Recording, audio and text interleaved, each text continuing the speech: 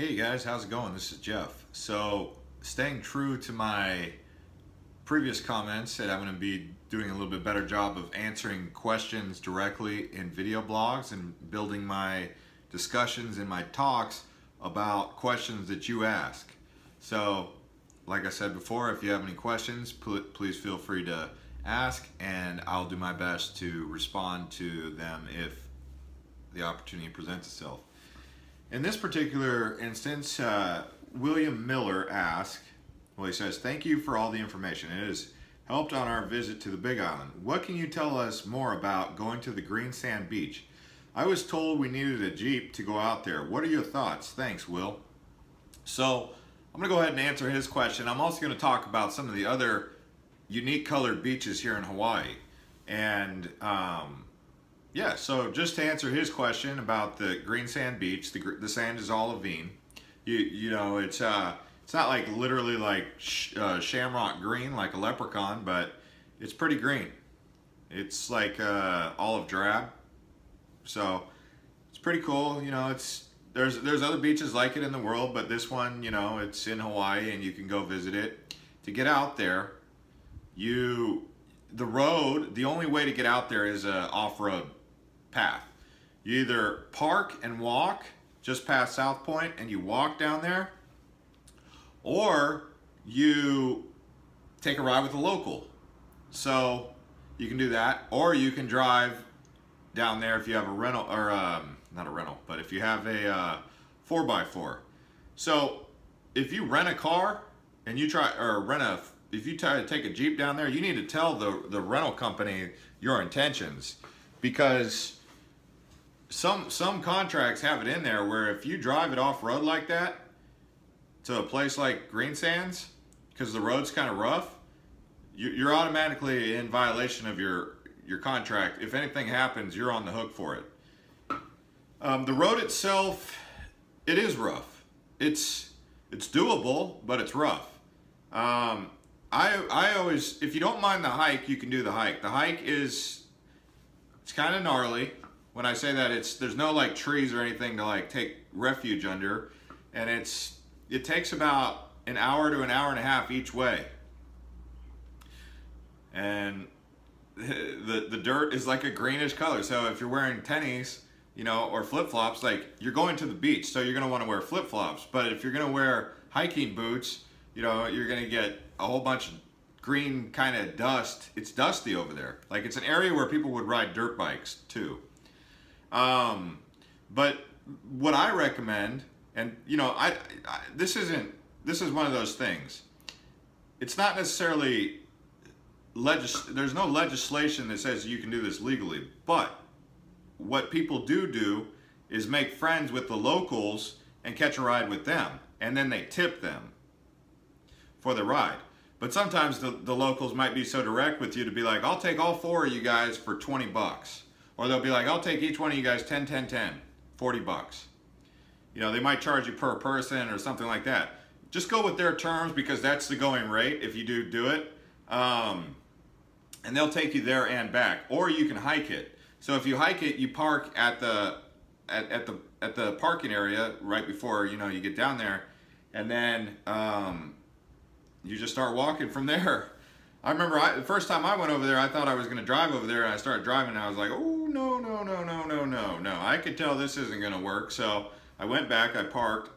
I had a local come up to me and say, "Hey, do you want to ride, man?" And they're like, you know, "Yo, bro, you want to ride?" You know, because they speak pidgin, like real pidgin down there. That's pidgin.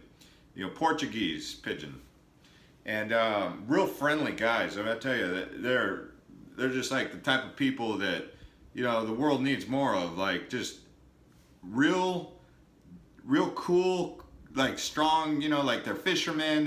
They know, they're like good with their hands. They're smart, you know, they're not too tech savvy. Like, you talk to them about social media or YouTube, they'll be like, "Huh, what's that?" You know, but they're like the good old boys, like they're kind of like rednecks, I guess you could say, in that sense, but country boys, really, just down there in South Hawaii. And you know, they'll give you a ride.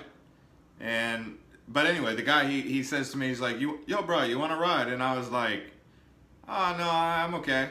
And he's like, oh, are you sure? I'll take you down there. You know, I'll do it for 10 bucks. And I started walking, and then I was like, I'm probably all right. Because I didn't know that you could catch a ride with somebody and, you know, tip them or whatever. He's like, come on, man. He's like, you sure you want to walk down? I'm like, all right, I'll catch a ride. I got in there, he started talking to me, explaining to me how things work down there, and I was happy that I did it. And then I noticed that a lot of people actually take that trip. Like I said, it's not, they're not insured or anything.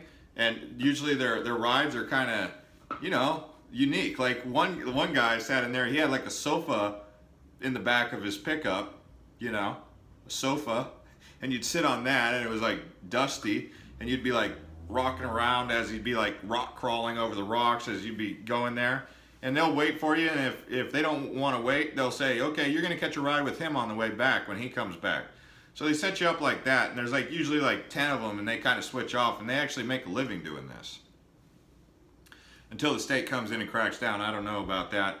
I'm just saying that this exists, whether I mention it or not, it exists. And people utilize the service. There's no tours that I know of that'll actually take you down there. And like I said, if you take your 4x4 down there that you rented, you need to ask and make sure you can actually go down there. That I do know is a big deal.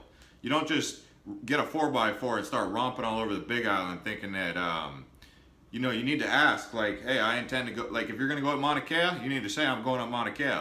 Can I take it up there? You need to say, like, hey, I plan on taking this to Green Sands. Is that okay? I plan to go South Point, romping around there.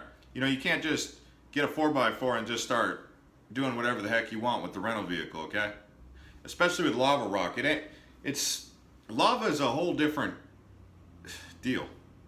It's tough, it's rough on the tires. Like, I used to run out my truck a couple times, and people would come back with like chewed up sidewalls, and I'd be like, what the heck, man, where'd you take this thing? Just, I didn't charge them, but I wanted to. I really did want to. I was upset. I wanted to charge them for a whole new tire, but I didn't. But, you know, that's what lava will do to the vehicle. It chews your truck up. It chew you up. I mean, your tire, one side will be like this, your other tire will be down here, and, you know, you'll be grinding and the underbelly and all that. And I get it, it's off-roading, but hey, it's a rental car, you know. You can't just start abusing someone else's car like that. And Green Sands is one of those places where you'd be borderline abusing a rental car. It's a long lava dirt trail. I don't care what anyone says. They can say I'm wrong, but I mean, you don't take a brand new vehicle down there and just start trying to go off-roading.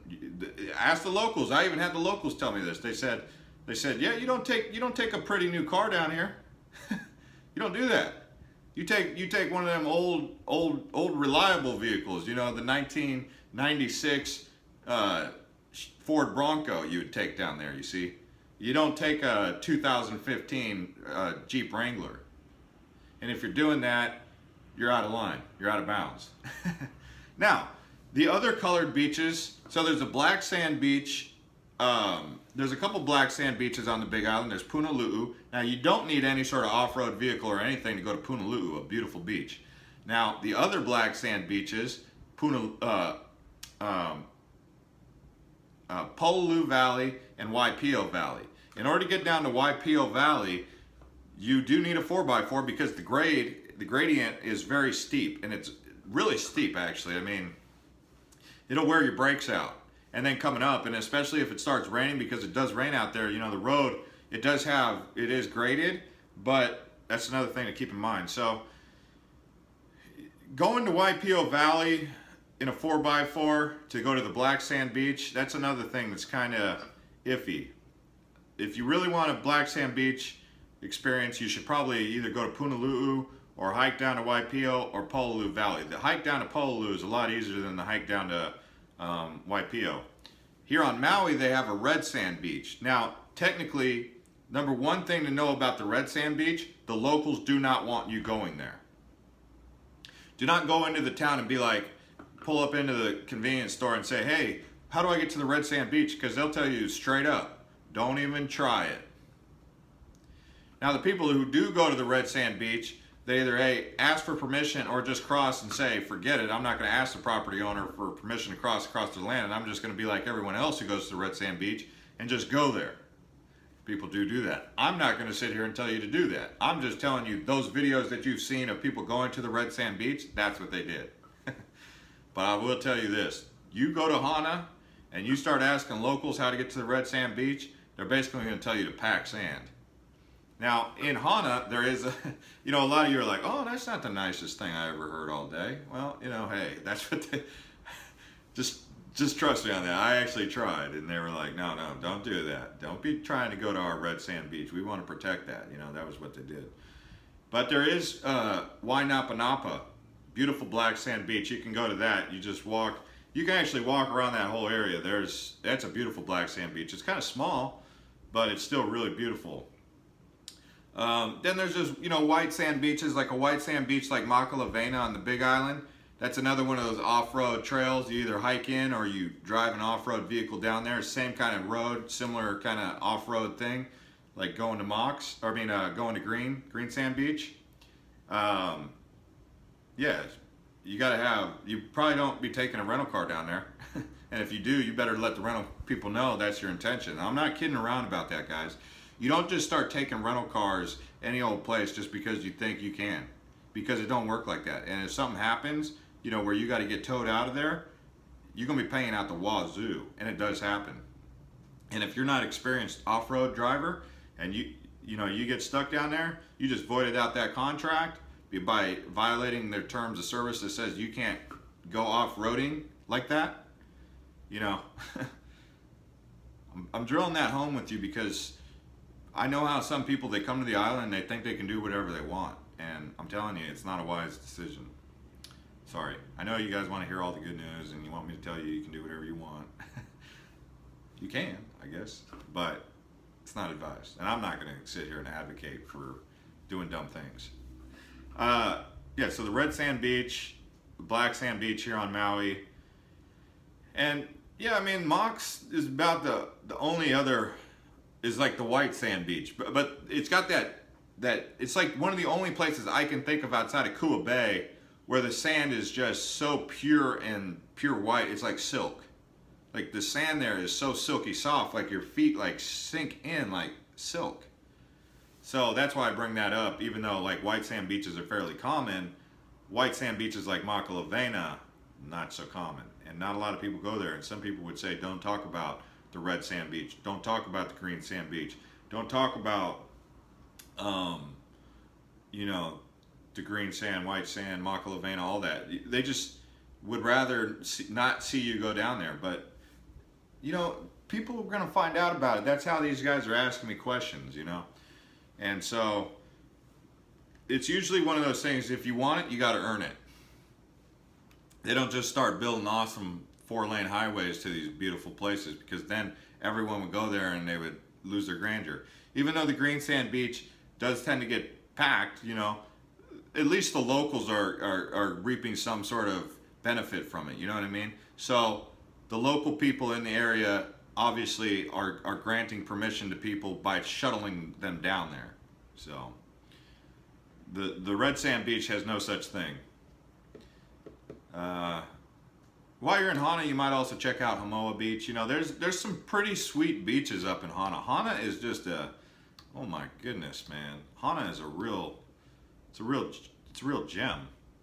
It's kind of like, oh, I guess I'll mention this beach. Secret. For all you who stuck around for the long part, I'll just mention it. There is a black sand beach in Puna called Kahena Beach. If you can find it, go check it out. Just make sure, if you're sensitive to seeing nude people, don't go there. That's all I'll say. Anyways, thank you, William Miller, for the question. And if you guys have any other questions, shoot them at me. And if I find the fit for it, I'll make a video. Thank you.